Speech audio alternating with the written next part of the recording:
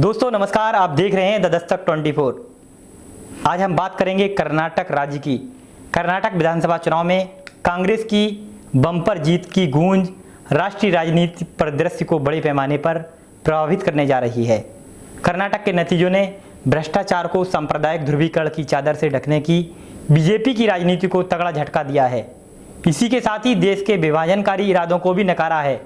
लेकिन सबसे बड़ी बात, कर्नाटक ने आर्थिक और सामाजिक न्याय की राजनीति के नए दौर का ऐसा फाटक खोल दिया है जिससे गुजरे बिना किसी भी दल को राह नहीं मिल पाएगी।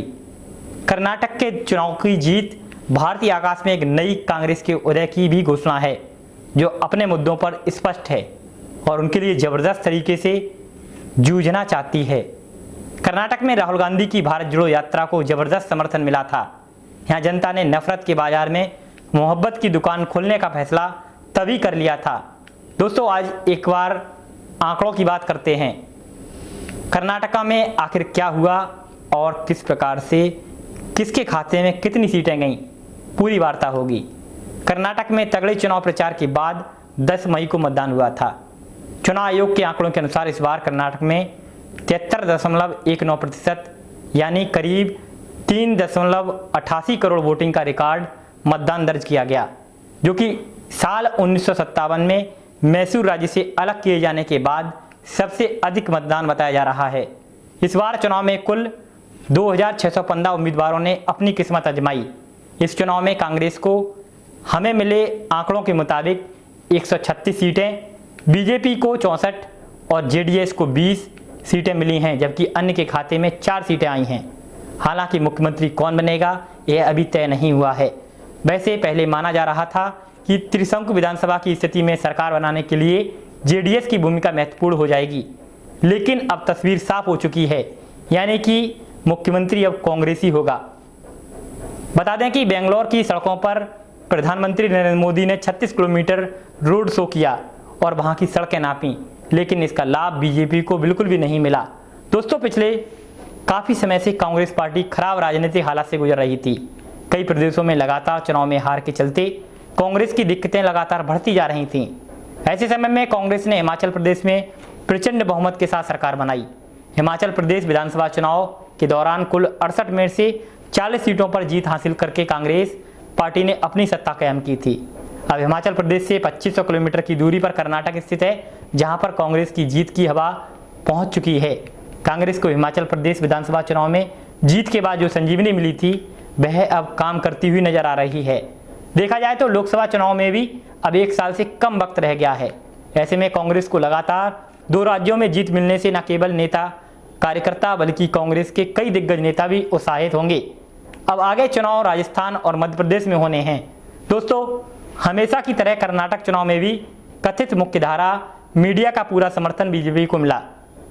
जो लोग सिर्फ न्यूज चैनलों के भरोसे थे, उन्होंने तो मान ही लिया था कि प्रधानमंत्री मोदी के बजरंग दांव के बाद कांग्रेस की सारी गुंजाइश समाप्त हो चुकी है।